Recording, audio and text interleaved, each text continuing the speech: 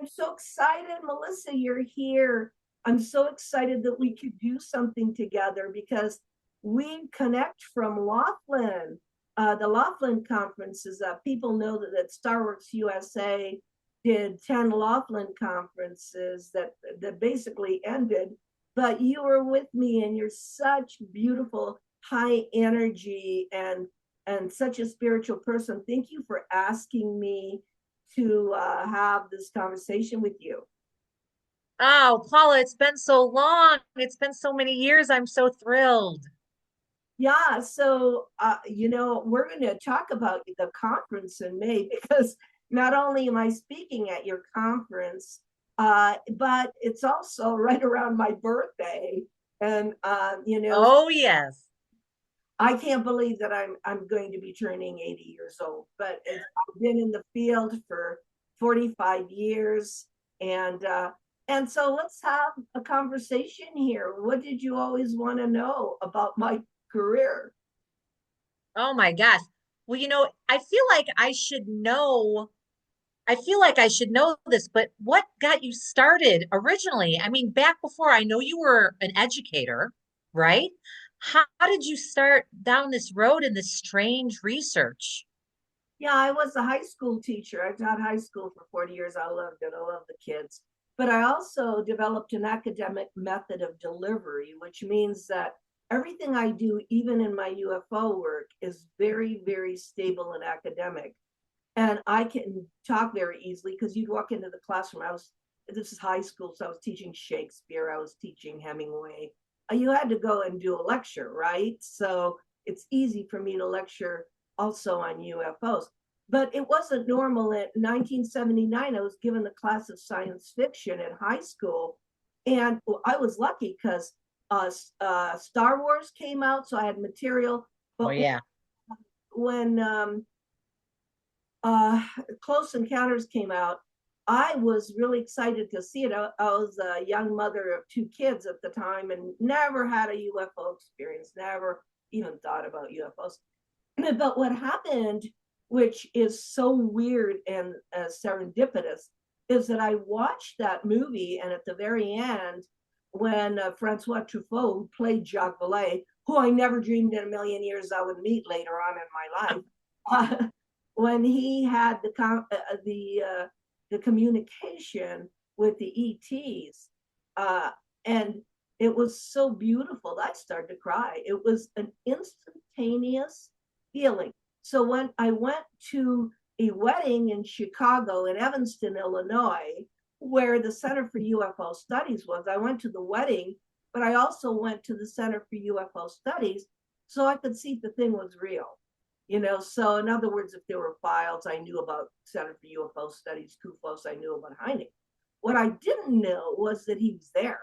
And then he came up to me with that pipe, that famous pipe, and he said, "My secretary said you're Italian, and she said that could translate the Italian sightings. Will you work with me?" And then I became a personal friend, and I worked with him until he died in '86. That meant that I also met his family. I slept at his house in Evanston. I knew Mimi really, really well. And of course, the youngest that was at home was Paul. So Paul Hynek, who is at all conferences now, I knew him when he was about 13. So the thing is that fame I became famous in a funny kind of way because when I moved to Italy in 2004, the only reason they ever came to me was because I worked with Hynek. So that started my career. You worked with Hynek, you work with an astronomer, can you work with us? And then today. So my skills as a teacher, my skills as a very, stable, logical person. It was all nuts and bolts back then. And then my curiosity. So people say, why do you do this? And the thing is, I want to find out what's going on. And I don't have the answers. That's really interesting that you had that emotional response to the movie Close Encounters, because that is very telling once you have a response like that to something that you were just going to see a major motion picture, right? Did you have any other inklings as a child or growing up or anything when you look back now that shows that you were kind of destined to go down this road? Or was it truly, really, you had no interest, never thought about UFOs, saw that movie, and then all of a sudden everything happened with the legend, Dr. Hynek? Well, you and I just had this conversation. We have an awakening. No, as a child, no. I was 32. I was a No. wife and mother teaching high school English. Yeah. But but what I understood, it's a long process, okay? Because I have just translated my book Connecting Dots, which has 23 interviews of all top level people, from Zachariah Sitchin to David Icke to John Mack, all people I knew, all people I met.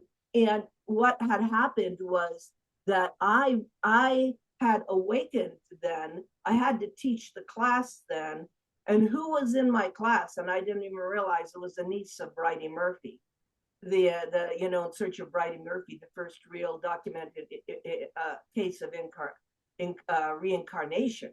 And Bridie Murphy had me over her house and told me and started to talk to me about how she, had allergies, and she went under hypnosis, and she came out with an Irish brogue and they could check on her. So that set me down the door of metaphysics. And the reason why I showed that book is it I had just collected data. I just collect data for all that time. I've interviewed everybody in the world, Colonel Corso, Edgar Mitchell, John Mack, and I was their friend. So I got to be with these people, the people in Latin America that see space brothers walking off the ship. I was in Yungay, where there's a base at the mountain. I've slept in the Atacama Desert. It's a journey, but I realized that even though I did all the work as far as documenting the journey, that the basic bottom line is consciousness. As the data is one thing, but the reason why I had to take this walk was to grow and change my mind about things. When I started with Hynek, I didn't want to know what was inside the craft. I didn't care. Then I met Stephen Greer, came to my house in Rome. We started talking about all of the other stuff that I wasn't ready to deal with at the time. So it was a process. And where I am today is I did all the data. I mean, you can ask me anything. I mean, I interviewed Dan Bursch, the famous Dan Bursch that dealt with the J-Rotted area at S4 and all in Area 51 people. And I interviewed all of them. And what happens, Melissa, is every time I interview these people, especially government people that have worked in these projects, I say to myself, oh my God, it's real. Oh my God, it's real. I still do. Right.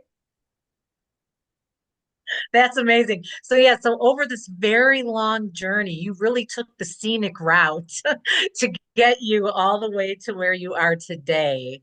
And it's amazing. It's absolutely amazing. And you are an international journalist. I mean, like you said, you've interviewed everyone and you've been all the places.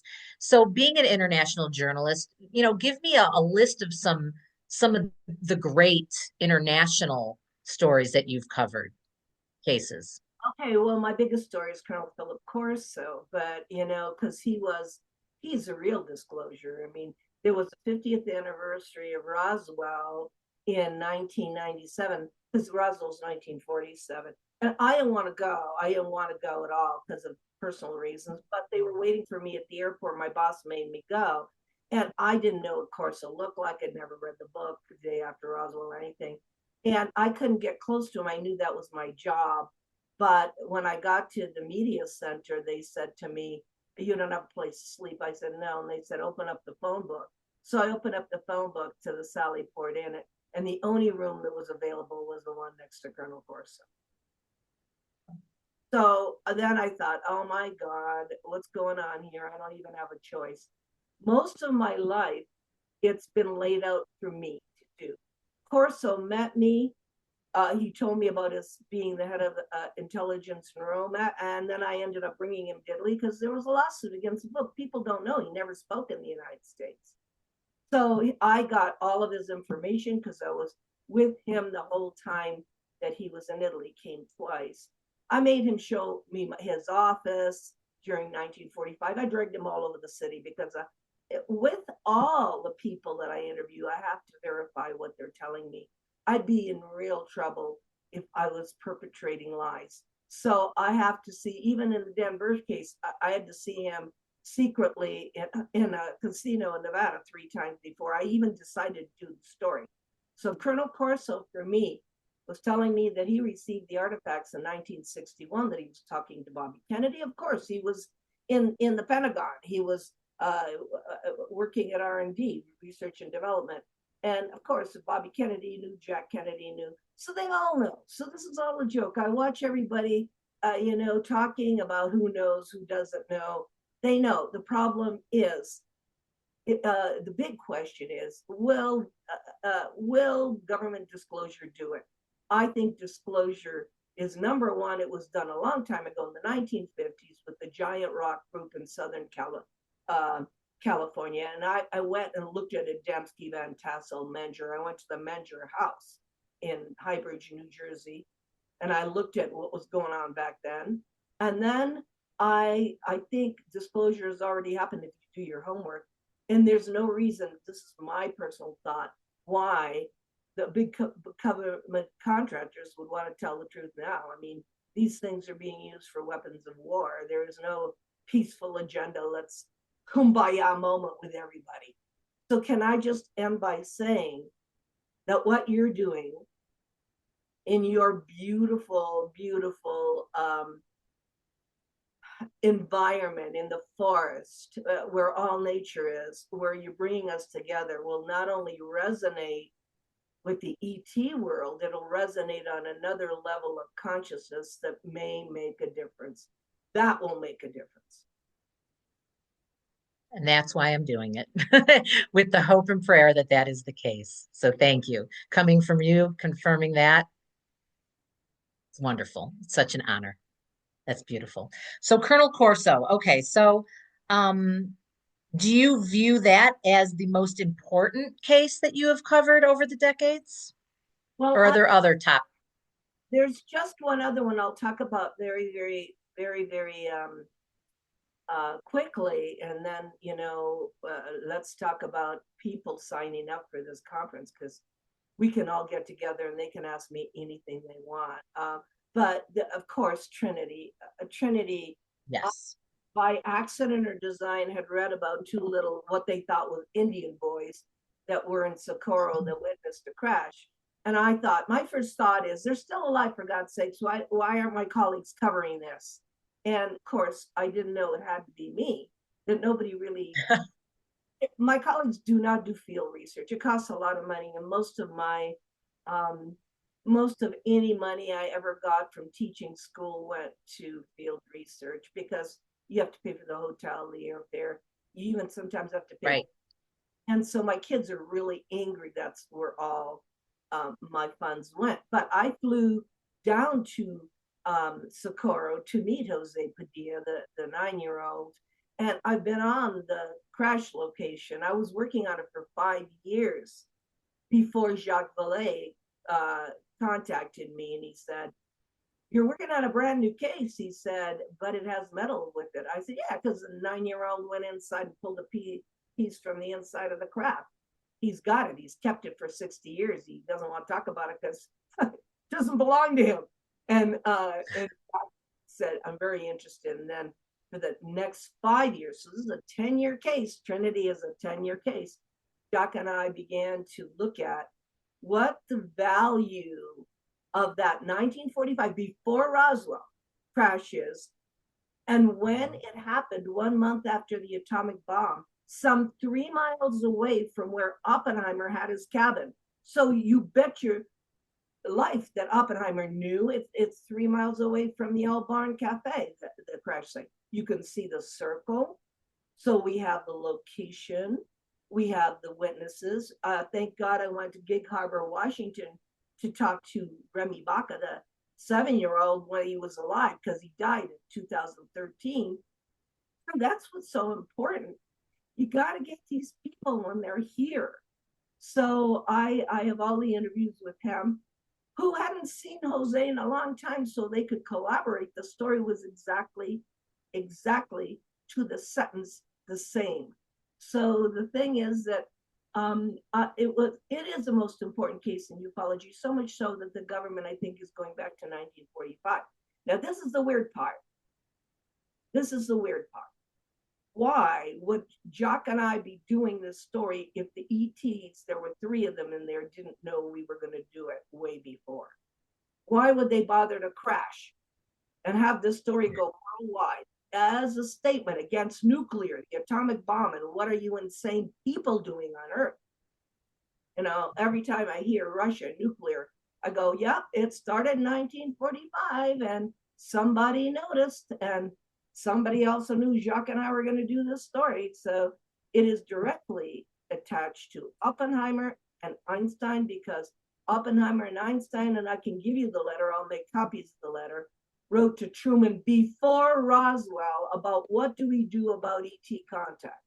It's called, the letter is an MJ12 document called Inhabitants of Celestial, with an R, because Einstein was like that, bodies. And it was given to Ryan Wood and Bob Wood, who are the ultimate researchers. They got the MJ12 documents. So am I involved in history? Yeah. Is it interesting? Yeah. Do people care? I'm not sure. And is the bottom line consciousness? Yeah. Those beings knew we were going to do the story. Otherwise, why bother to crash? Exactly. Exactly. Amazing. So with everything that you've been studying, now you're here, right? I'd love to know what the future that you would like, what you would like to see for ufology, but I want to know more about the connection to consciousness as well, because everything, that scenic route that you had taken over all these years brings you to that one final pinnacle moment of consciousness. Can you tell me a little bit more about that? As a teacher, you have to use a key moment. You have to use an example or a metaphor. Well, look, you worked in my conference in Laughlin, so now you're doing a conference. It's on your back. It's on your shoulders. I did the data. I can talk about data all I want for the rest of my life, but it didn't make a difference. When I went to Japan, I realized that, because Japan has a spiritual culture, not religious, spiritual culture. And Right. from being in the temples, the shrines, and all the beautiful spirituality of the past, that this is spiritual agenda. And if people would come together, if we could see our commonalities, like Stephen Greer said. Stephen Greer is the ultimate messenger. Everything is one. It's all quantum physics. We are all united. Stop separating everything. We are very powerful. We don't let people separate us. Kind of stuff like that. I'm going to say be discerned, or otherwise you get stuck in the garbage pit. You have to have discernment. But I think that what you're doing, and I'm so excited about what you're doing. So let's get the website. Tell me the website. Tell me the dates so people can get tickets. And let's get everybody together with a consciousness that's based on intent. So intent is the creator, the painter of your portrait.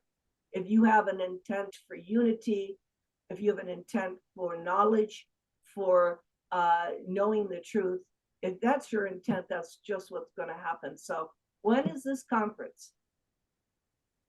Okay, so the Contact Modalities Expo is May 2nd through 4th, 2025. It's in beautiful Delavan, Wisconsin. So finally, we get to bring all of you wonderful souls that we've been starving to have connection with here in the Midwest. We're bringing you out. So for the people that can't travel off to the West Coast or the Southwest or Florida, we can finally have connection with your brilliance here. It's in Delavan, Wisconsin. The website is contactmodalitiesxpo.com. You can see all of our wonderful featured speakers. You are one of them right at the top of the list. I hope you know, Paula, I have you working your butt off those 3 days. I have you doing 2 lectures. I have you on the expert panel and also the VIP lunch. So you're really not going to have that much time to do anything else.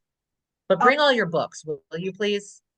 Yeah, no, I'm looking forward to the lunch. Okay. It's going to be a good one. You can help me pick out the menu. The thing is that it's very important that people get together. So when Melissa Cain is talking about joining people, she's already done it. She's already done it in her location. There's a resort there that she handles. So the getting together, not just on technology like now, like Zoom, but physically getting together, I think makes a difference. I think, and I know that Melissa also supports the CE5 modalities of Stephen Greer. And I've been with Stephen at so many of those situations. I've been in two of his movies, the Serious and the Cosmic Hoax.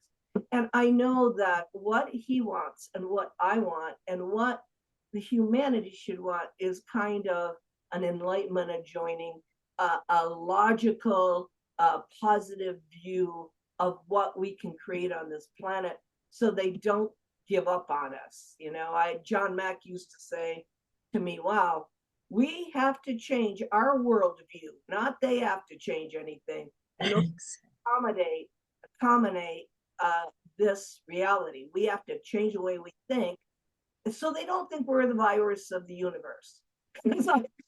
Exactly. So yeah, God bless Dr. Mack and all the people that led us to this point. And thank you. Thanks so much, Melissa, for talking to me. Oh, Paula, thank you. It's wonderful. We'll have to do this again really soon. Okay.